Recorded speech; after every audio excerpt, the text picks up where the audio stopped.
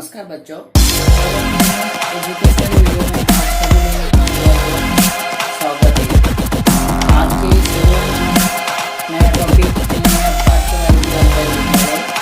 पाठ का नाम है कोण। हम पहले कुछ कोण के बारे में जानकारी लेते हैं। चलो देखते हैं आज का वीडियो। बच्चों, आपको यहाँ पे कुछ आकृति दिखती होगी। ये पहली जो है 1 नंबर में आकृति है, दूसरी जो 2 नंबर में एक आकृति है और एक है 3 नंबर, यानी यहाँ पे आपको कुल 3 आकृति दिखती होंगी। पहली जो आकृति है बच्चों, इसको हम चौथी क्लास में भी इसके बारे में जानकारी ली थी। तो पहले जो आकृति है वो है समकोण। कौन सा कोण है? समकोण की आकृति है, समकोण। जो 2 नंबर की आकृति है वो है न्यून कोण। कौन सा कोण है? न्यून कोण। न्यून कोण यानी किसे कहते हैं ये तो आपको पता ही होगा, और नहीं है पता तो उसको भी हम देख लेंगे। और तीसरी जो आकृति है वो है अधिक कोण। कौन सी? अधिक कोण। बच्चों, ये तीनों आकृति जो कोण के है, क्योंकि हमें जो पाठ है, हमारा पाठ ही आज कोण के बारे में जानकारी लेना है। तो बच्चों, अभी हम एक एक आकृति के बारे में जानकारी लेंगे। तो पहले जानकारी लेते हैं समकोण। समकोण किसे कहते हैं पहले वो जान लेते हैं। जिस आकृति का माप 90 डिग्री होगा उसे कहेंगे समकोण। जिस आकृति का माप जो है वो 90 डिग्री होने, यानी ये जो माप है वो कितना डिग्री होना चाहिए? 90 डिग्री होना चाहिए, 90 डिग्री। तो उसे हम क्या कहेंगे? समकोण कहते हैं। उसके बाद जानकारी लेते हैं। ये जो समकोण है, हम इसको क्या देंगे? अभी नाम देंगे। क्या देंगे? नाम। तो ये आएगा ABC। तो इसको हम कैसे लिखेंगे? कोण ABC। इसके बारे में थोड़ा और विस्तृत जानकारी लेंगे। तो उसके बाद दूसरा कोण है न्यून कोण। न्यून कोण यानी क्या? जिस कोण का माप 90 डिग्री से कम रहेगा। किससे कम रहेगा? 90 डिग्री से कम रहेगा, उसे कहते हैं न्यून कोण। जो आपको यहाँ पे आकृति दिखती होगी। बच्चों, यहाँ पे न्यून कोण की मैंने यहाँ पे कुछ आकृति दी है। पहला जो आकृति वो कितना है? कोण कितना माप है? 45 डिग्री है। दूसरा जो कोण है उसका माप कितना है? 40 डिग्री है। और जो तीसरा कोण है उसका माप कितना है? 40 डिग्री है। यानी जो तीनों कोण जो है, तीनों का माप क्या है? 90 डिग्री से कम है। यानी 90 डिग्री से क्या रहेगा? कम रहेगा। इधर का जो भी रहेगा 90 के नीचे रहेगा। 40 हो, 45 हो, 60 हो, 80 हो, 75 हो, कोई भी माप रहने दो। वो सब माप किसके अंदर होने चाहिए? 90 डिग्री से कम होने चाहिए। ये बड़ी है और इससे कम है, इसे कहेंगे न्यून कोण। न्यून कोण यानी क्या? जिस कोण का माप 90 डिग्री से 90 अंश से कम रहेगा उसे कहते हैं न्यून कोण। और उसके बाद हम देखने वाले अभी अधिक कोण। बच्चों, आपको अधिक कोण की यहाँ पे 3 आकृति, 1, 2, 3। पहले जो आकृति है वो 110 डिग्री की है। जो दूसरी आकृति है वो 140 अंश की है। और जो तीसरी आकृति है वो कितना है? 120 अंश की है। यानी ये तीनों जो कोण है वो क्या है? 90 डिग्री से बड़े हैं। यानी 90 डिग्री से तीनों कोण जो है वो क्या है? 90 डिग्री से बड़े हैं और 180 डिग्री से कम है। उसे कहते हैं अधिक कोण। यानी अधिक कोण यानी क्या? जिस कोण का माप 90 डिग्री से ज्यादा और 180 डिग्री से कम रहेगा उस कोण को कहते हैं अधिक कोण। अभी आपको यहाँ पे पहली, दूसरी और तीसरी तीनों कोण का माप जो है वो 190 डिग्री से ज्यादा है और 180 से कम है। इसके लिए बच्चों इसे कहते हैं अधिक कोण। बच्चों, आपको कोण और कोण के प्रकार के बारे में पता चला होगा। उदाहरण देखते हैं। मैंने यहाँ पे उदाहरण क्रमांक 1 लिखा है। एक कोण बनाया है और उसका माप है ABC। अब इस कोण की सहायता से हमें कुछ इस कोण की जानकारी हमें पता होना चाहिए।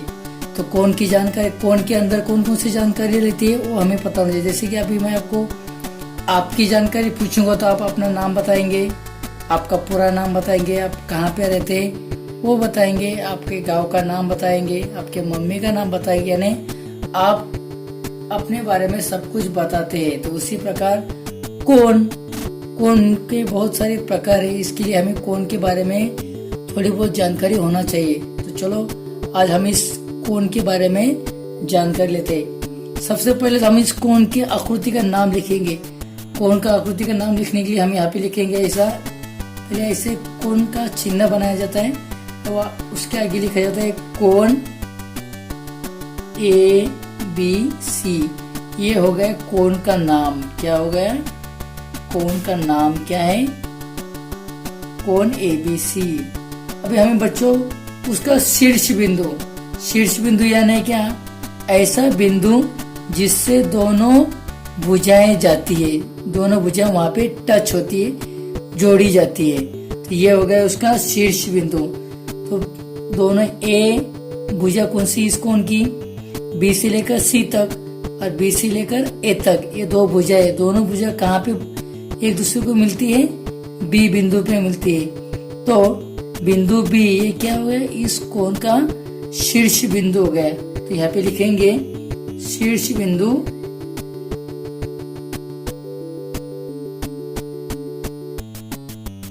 क्या नाम है? B। शीर्ष बिंदु का नाम क्या है? B है। उसके बाद इस कोण में दो भुजाएं, एक भुजाएं B से लेकर C तक और दूसरी भुजाएं B से लेकर A तक। अभी आप कभी A से लेकर B तक भी बोल सकते हैं और B से लेकर C तक भी बोल सकते हैं, लेकिन दोनों का कॉमन बिंदु कौन सा है? यहाँ पे 3 बिंदु है। दोनों कहाँ पे आके मिलते हैं? B के पास मिलते हैं। इसके लिए हम भुजा B से बोलना है स्टार्ट करते हैं। तो यहाँ पे मैं लिखूंगा जो पहली भुजा है, पहली भुजा कौन सी है? B से लेकर A तक, तो भुजा BA। और जो दूसरी भुजा है उसका नाम क्या है? भुजा BC। तो बच्चों इस तरह से हमने आकृति के बारे में जानकारी ली। पहले तो आकृति का नाम लिखा कोण ABC, उसके बाद उस आकृति का शीर्ष बिंदु कौन सा है? B, और उस कोण की भुजा के बारे में दो भुजा है तो दो भुजा BA और भुजा BC। तो बच्चों इसी के आधार पर हमारा प्रश्न संग्रह 24 है जो हमें उसके बारे में जानकारी लेना है। बच्चों आपको प्रश्न संग्रह 24 में दिया है, बॉक्स दिया है, 3 बॉक्स दिए है। पहले बॉक्स में आपको आकृति दिया है, दूसरे बॉक्स में आपको कोण का नाम लिखना है और तीसरे बॉक्स में आपको उस कोण का शीर्ष बिंदु, और जो चौथे बॉक्स है उसमें आपको कोण की भुजा लिखनी है।